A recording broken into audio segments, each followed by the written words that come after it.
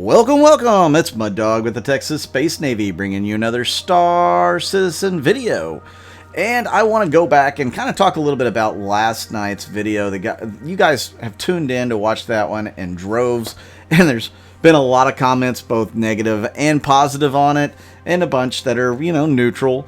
I did expect a lot of controversy with that video, and sadly, I kind of screwed up when doing it.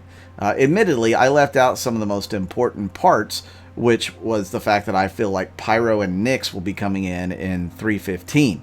Well, I'm going to say, based off of a lot of your responses in the video, which there was some very good responses, I will gladly push back my estimate to 3.16 for when 4.0 will actually come in. And the reason why, there's many. So obviously, Pyro and Nyx are still being worked on. Pyro, they have diverted a lot of resources towards Pyro space stations, including Rumen. There's not going to be a lot of Pyro space stations. It's a very big system, but not a lot of places for you to refuel and whatnot. And some of the suggestions that were in the comments suggested that we would have to have the refueling mechanic working in order for us to traverse Pyro. And I don't disagree one bit. I agree 100%. And I know that on the last Star Citizen Live, they did talk about the refueling system, how it was concepted, but the way they said concepted means that it's been worked on. They've worked on refueling. I think it's just around the corner. Is it 3.15? Is it 3.16? I don't know, but I know it's close. Just judging by the way that things sounded, I think they're going to put that in relatively sooner than what's on the roadmap because, yeah, I just think they've been working on it, along with a lot of things behind the scenes that they don't tell us about. So keep that in mind. So let's say they do get the refueling option working the way that they say they have it, the first stage of it planned. Then they get Pyro settled up with the space stations that they want to put in it. And like I said, Nyx, there's not a lot to Nyx. They have the main landing zone already there. So I know they've been working on other parts of it. They have a whole studio dedicated to doing solar systems. It's feasible to have Nyx by the December patch. So I'm definitely marking that in there as we'll get both Pyro and Nyx, which makes sense because what ship are they dropping in the 3.16 patch? It's going to be the Hull C. The Hull C is one of the biggest haulers in the game. It's the most common cargo transport in the verse. And you're not going to make a little short trip from Crusader over to Hurston with a Hull C, most likely. They want you to be able to take on the bigger trips, the ones that are going to change economies, that are going to impact those economies. So it would make sense to be able to haul something from, I don't know, Microtech all the way through Pyro into Nyx over to Levski. And so that you would get that bigger payout. Well, not Levski itself. Obviously, you're going to have some sort of station outside of Levski for you to unload, or vice versa. So that is a very plausible theory that could come into play. Some of the other things that they've talked about for Pyro and Nyx, or for this next thing, is server meshing in general. I know a lot of people said, oh, server meshing's never coming. It's coming 2022. No, they've said that they've got the first stages of server meshing worked out. How far worked out is it? Well, we were supposed to get some parts of it in 3.14. Does that mean we get the static server meshing? And for those of you who don't know the difference between, what server meshing is supposed to make it to where thousands of people can play and be in the same area, but on different servers.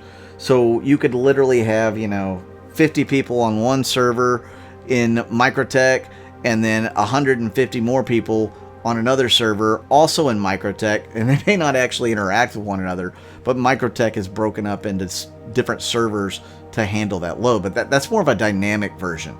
The static version of server meshing is going to be most likely broken up by planets or systems. I'm going to say planets because the Stanton system, the server on it, cannot handle at all what's been put into Stanton. We're not seeing but maybe 30% of everything they put in for Stanton.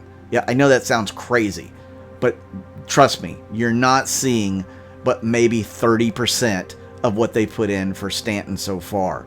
So get ready, buckle your seats, because when they do put in the rest of it, you're going to be floored by how much they've actually got working for Stanton. And I'm sure it works on their local servers much better than it does on, Google servers. Sorry about that. That was a little Amber Alert that popped over the phone. That's important to check on. Make sure you look into those Amber Alerts and help people out if somebody's abducted. So back to server meshing. Yes, static server meshing I think is going to be more like planetary systems like Crusader and its moons, Hurston and its moons. Maybe both of them on one server, and then they'll do Microtech and ArcCorp on another server. I don't know how they're going to break it up. I just know that it's going to be static at first. You may have just the landing zones being their own servers. So when you call ATC and you land and you go into a place, maybe it's its own server, like a space station or Area 18 or whatever it is. So that'll be interesting to see how they work that in, how it hands off the transition from one server to the next. I know everybody will be keenly waiting to see how all that works out. I know I am. Dynamic server meshing is when they will accommodate, they'll make the server as big as they need to, or as little as they need to. So if you have a bunch of people in one little area, you'll have a server that's handling those people in that little area up until it decides it can't handle anymore, in which case it will spring out another server and people will be kind of offloaded onto it. So that's what the dynamic server meshing is. 316. Why am I switching it to 316 after yesterday making a big deal about it being 315? Well, again, some of those arguments that you guys made has swayed my first outlook or first thought. And the second one is, yeah, we have CitizenCon in October, and they usually put a patch out in, late September, early October.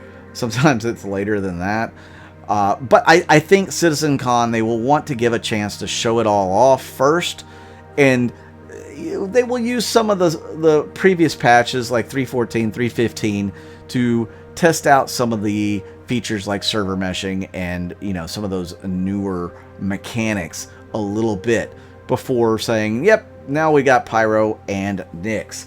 And I think CitizenCon's a perfect time to show all that off and to get us all hyped up and get us ready for the November sale and the December patch release. You imagine the amount of momentum they would have going into both of those if they said, yes, it's coming, and yes, it will be this year, and you're going to get it in December.